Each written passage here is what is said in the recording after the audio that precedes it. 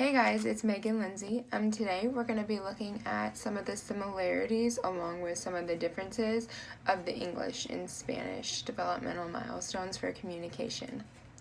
First, we're going to look at some of the building blocks for speech that are necessary for every child, no matter what their home language is. According to bilinguistics in the articulation norms, I found some of the milestones, again, that are important for every child, regardless of their language at home.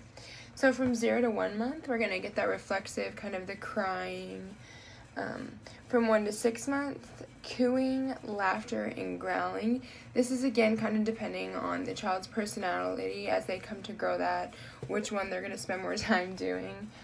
From 4 to 6 months, it's just the marginal babbling.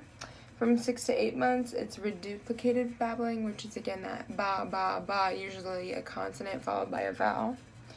From 8 to 10 months, it's that variegated babbling, which kind of switches up whether it's a consonant or a vowel, or uses different consonants, different vowels with every babble. From 10 to 12 months, it's going to work on more phonetically consistent forms along with some jargons that we have looked at in past classes. So although there are many similarities in children and their beginning milestones, we start to see more differences as they grow older just based on the language and the environment that the child is accustomed and grown to. Again, according to bilinguistics, the Spanish language is composed of about 18 phoneme consonants, while the English language is composed of 26.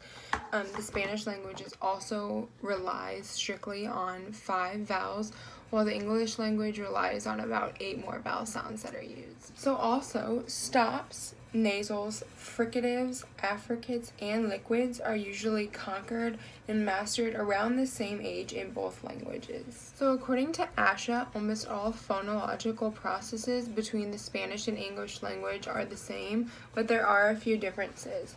So in this Venn diagram, cluster reduction, stopping, fronting, assimilation, gliding, and final consonant deletion are all about acquired by the same age in both the English and Spanish language.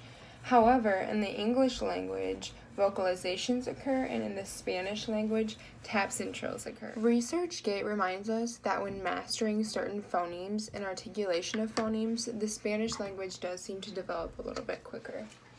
At the age of 3, a child speaking the Spanish language can say b, p. By 4, they have mastered w, k, l, f, and t.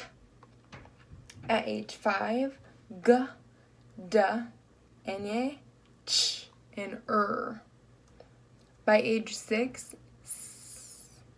And by age 7, this is the double R, this is the trill and the tap, the r. It's very important to know the syntactic differences in the Spanish language. Fluent U reminds us that every noun in the Spanish language has a gender, and that is depending on the sentence structure, the adjective that follows the noun, how the noun is used. It's just very important to be aware and understand that although different languages may have similar phonological processes and ages that those are acquired by, they are still going to have different syntactic values and qualities along with different area of language differences. Pragmatics is another area that differs in the Spanish language.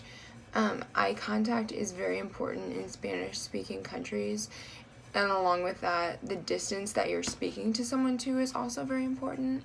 And because those are pointed out in the Spanish language, a child that is speaking Spanish or learning to speak Spanish may develop some of that eye contact and those social interactions a little bit quicker just because it is so prominent in that language and in that culture. That's just another important point I want to bring up really quick, is that cultural values or cultural aspects of the language can influence the child's development, and every language and every culture is going to have different ways of viewing things. So some children are not as much behind, but just maybe it might not be as important in that culture as it is to another culture. Something else really cool that I just wanted to talk to you guys about, just as the English language has ASL, American Sign Language, Spanish-speaking countries have something called SSL, which is Spanish Sign Language.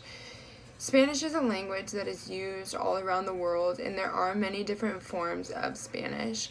So some countries do have their own sign language. There's a Mexican sign language also, but the sign language is taught to those that are deaf or have hearing deficits, along with those children that have speech impairments or language disorders, speech disorders, just to help them communicate effectively with their peers and with their caregivers. I took some time to watch some videos just because I was very intrigued by this. I thought it was super interesting.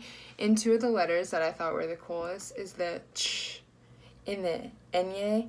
And I probably think it's so cool just because those are two things in American Sign Language that we do not have and are not accustomed to.